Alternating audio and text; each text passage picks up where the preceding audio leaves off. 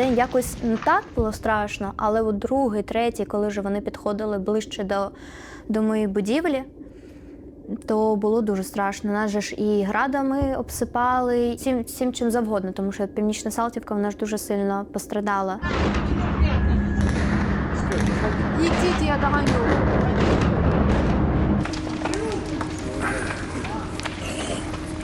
Тиждень сиділи я, мама, мій хлопець і бабуся. І ми отак розстелили в тамбурі, у нас були матраси, там ковдри, і ми всі отак от спали. Дуже сильно обстрілювали, будинок ходив отак от ходуном, а бабуся, вона не могла ж сидіти у цьому коридорі, і ми її відвели полежати. І ми тільки її посадили, і вони починають обстрілювати, і прям за вікном, отакі як вогні прям. І мама просто на собі цю бабушку так витаскує, тому що бабушка ж не може швидко передвигатися. І ми давали це в коридор. І тоді було прям от дуже страшно. Инсталляция шлагбаум. Вход в мой подъезд. Как вы наблюдаете, мой 5-й этаж. Это у нас перед подъездом. Вот. А здесь жили люди. Перше попадання було з танку в 5-й поверх, а друге попадання – технічний поверх. На 9-му поверсі він був теж пробитий. Бабуся, напевно, менш за всіх переживала. От реально менш за всіх. Я пам'ятаю цю фразу, яку вона сказала: «Я німців пережила і їх переживу».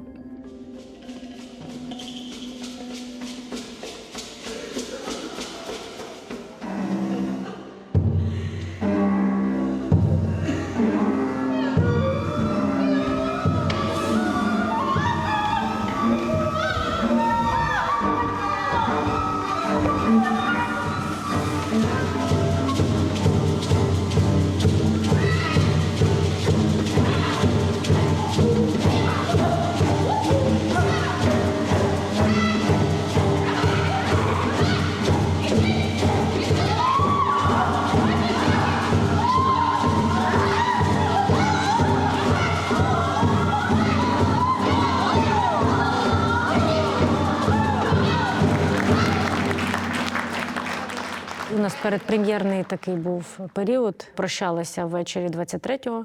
Ми йшли з репетиції, всі дуже жартували, сміялися, щось там. І всі сказали, якщо що, ми ж тут зустрічаємось. Потім тільки вже зранку я зрозуміла, про що вони всі казали. І ми дійсно зібралися всі тут, бо у нас є підвал. Врешті-решт в театрі переховувалось понад 170 людей.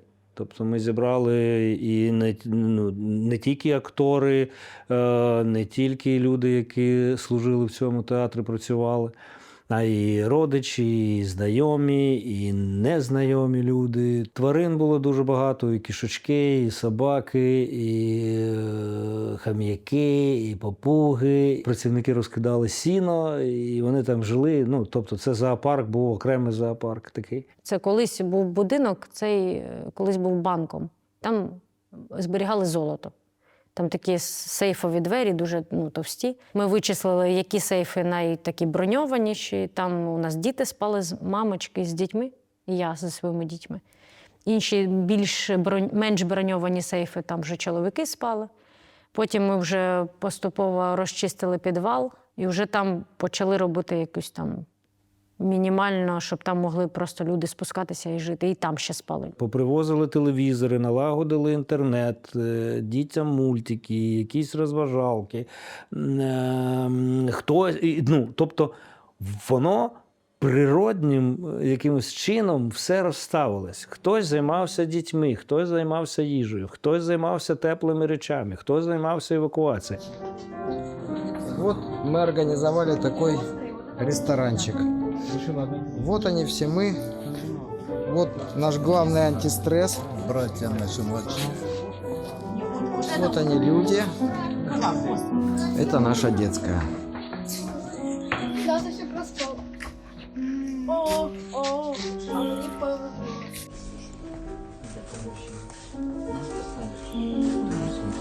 От у них мишка.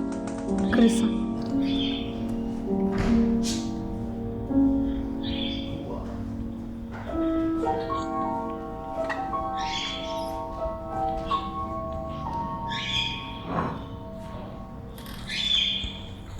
Ну, тобто ми почали з того, що ми рятували себе, потім сам театр, саму будівлю. І звісно, що перед нами стояла задача дуже багато людей, що треба запас води, треба запас їжі, треба ліки, треба дуже багато чого. І ми почали розвозити містом їжу, ми почали розвозити ліки. Алло, добрый день. Мы вам везем лекарства. Мы будем в течение 10 минут. Вам лекарства, да? Вам, да? Все. І ми якби і під обстрілами їхали туди в аптеку, і в аптеці ми були під обстрілами, і їхали потім розвозити під обстрілами. Ну, там от почалось. Їдемо на машині, і я ж кажу, пух. Я думаю, щось б'є по дніщу, так, от прям, думаю, не зробили, блядь, колеса, не зробили. Я тут на Олексіївці зупиняю машину, говорю, так, твою мать, я виходжу із машини, під машину заглядаю, потім розумію, що коли двері зачинені, там вакуум, да, і коли обстрілюють, такий звук, Дімон, з машини все нормально, це нас хірячать. Інколи бувало, що приїжджали, люди боялись вийти з підвалу, тому що воно плюхає, а нам треба віддати ці ліки. Вони кажуть, ми не вийдемо. Я говорю, відкривайте ваші погріба. Ми закидали пакет, тому що ми теж не могли стояти чекати. Закидали пакети, говорю, розбирайтесь там по адресах самі і тікали. А скільки людей ми евакували, вивозили, а потім там за 20 хвилин влучали в їх будівлю.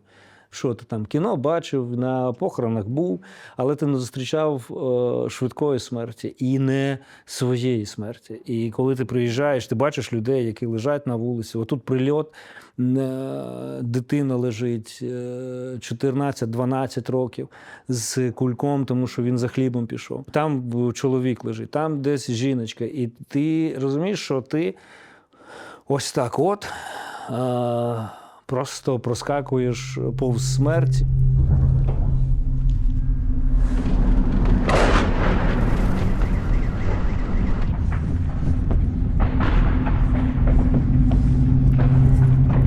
Горить трактор. Стой, що? Що там? Що летить? Ми їздили по місту, бачили обвалені повністю фасадні стіни будинків. Як оце 4-та стіна в театрі впала, і це як такий, кожна квартира, це як трошки сцена. Відкрилася завіса, і ми побачили, що там за завісою було. У когось такі обої, у когось диван, у когось холодильник висить. Коли туди прилетіла ця ракета, ну просто це для когось стопнулось назавжди, які там, на жаль, загинули. Для когось це стало на паузу і перейшло в якусь невизначеність, що робити далі, де жити. Тому що були випадки, що ми привозили допомогу і потім вимушені були хоронити людей. Тому що приїжджали, вони вже не доживали. Був серцевий напад або прильот. Ми знали практично всіх волонтерів, які працюють, і волонтери знали нас. І тому що ми перетинались в порожньому пустому місці, потім ми допомагали один одному. Потім поїхали на деокупацію, на вже і евакуацією займались.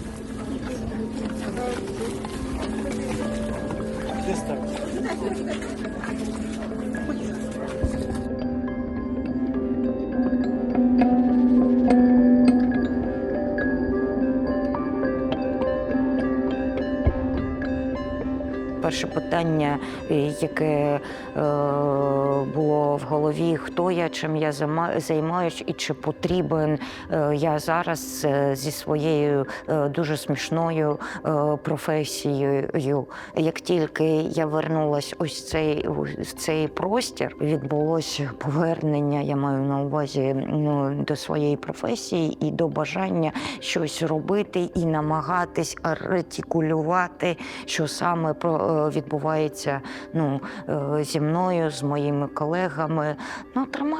Триматись разом, так. Потім ми поговорили з акторами, які залишились в місті, і з моїми студентами, і домовились, що ми щось будемо робити. По такмеду все було, бо коли ми врятували тіло, ми починали рятувати душу. А дуже багато душ зараз знаходиться по станціях метро.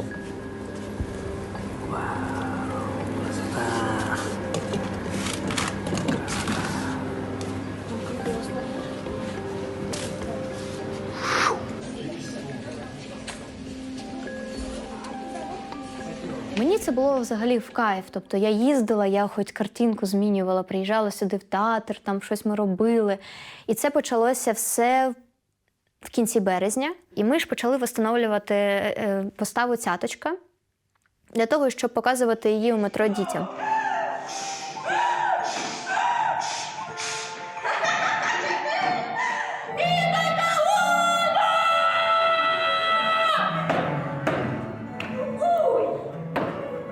І вдалося, репетиція, вводи, пішли вистави, поїхали по метро, по всіх станціях.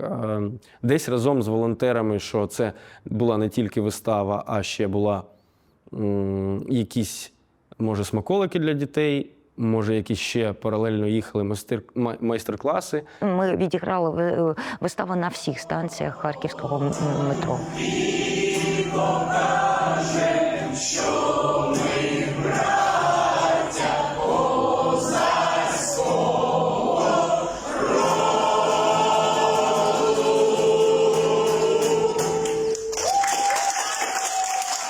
Тоді вже почалося, театр почав вже працювати прям як театр. Тобто не як просто розвлекаловка така для дітей з метро, почав відновлювати свій репертуар, почав ставити щось нове. До Харкова український ПЕН привіз фантастичних письменників, поетів. І саме ось на цій сцені Вікторія Амеліна читала книжку «Ескалатор Ека». Як вона говорила, як вона спілкувалася з дітьми. Мені казалось, що це якийсь янгол або ельф. А потім фрази Остапа Славінського, який сказав, що нам треба зараз наздолати власну німоту. 22-й рік, незважаючи на це жахіття, він якось давав дуже сильну мотивацію змінюватись, вчитися, удосконалюватись, жити. Кожен з нас рано чи пізно розумів, що треба буде боронити не тільки себе, не тільки Харків, не тільки театр, а й всю Україну. І я дізнався, що в березні вже навесні почали формувати ДФТГ «Хартія», добровольче формування територіальної громади. І я почав проситися. Я був комбатом, потім у мене був створений окремий взвод, потім окрема рота. Але я знаю 100%, що я повернусь до творчого життя. І я запевняю всіх, що після нашої перемоги ті митці, які на війні, вони повернуться, і мистецтво заговорить іншою мовою.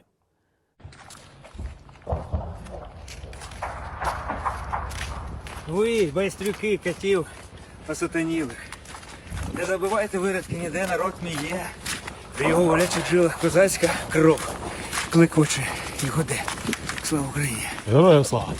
Потім були ці нескінченні заборони, можна працювати в театрі, не можна працювати. Ми постійно знаходили якісь виходи, тому що якщо зупинитись, це неможливо буде потім підійняти. Саме в Харкові чомусь обласна наша влада вирішила, що це абсолютно неважливо, і люди ці, які попри все роблять вистави, працюють і намагаються рятувати душі, що це якесь сміття. Єдина область в Україні, в якій заборонено по безпековим причинам грати у себе в театрах вистави, бо немає антирадіаційного укриття, а в інших областях чомусь немає такого містечкового закону про антирадіаційні укриття. Заробляйте самі, але в театрах ви працювати не можете. Ідіть в якісь орендовані площадки і грайте там вистави, і самі собі зарплатню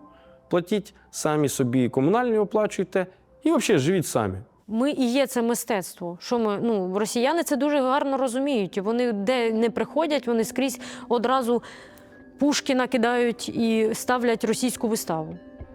А ми якось це не можемо ніяк зрозуміти на 3-му році війни, що якщо ми це мистецтво розчавимо, то і нас не буде. То перше місце це займе одразу російська культура.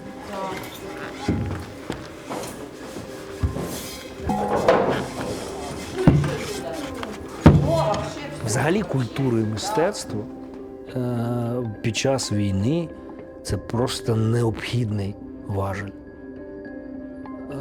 Показати, що ми живі, культура наша жива. Якщо у тебе заберуть культуру, як говорив Черчилль, за що ж ми тоді воюємо?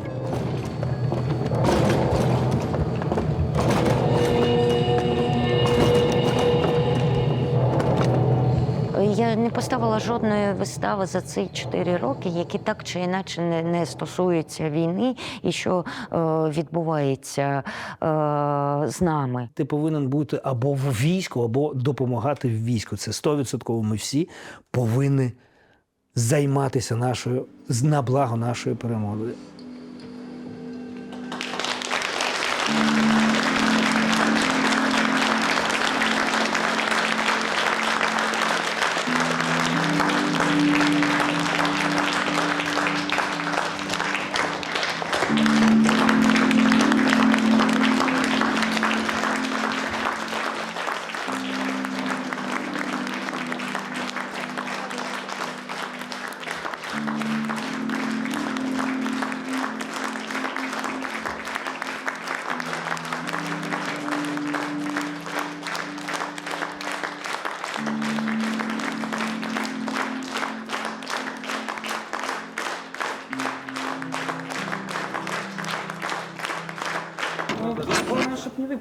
Так, и на бочок, и барашки возвращаем на место.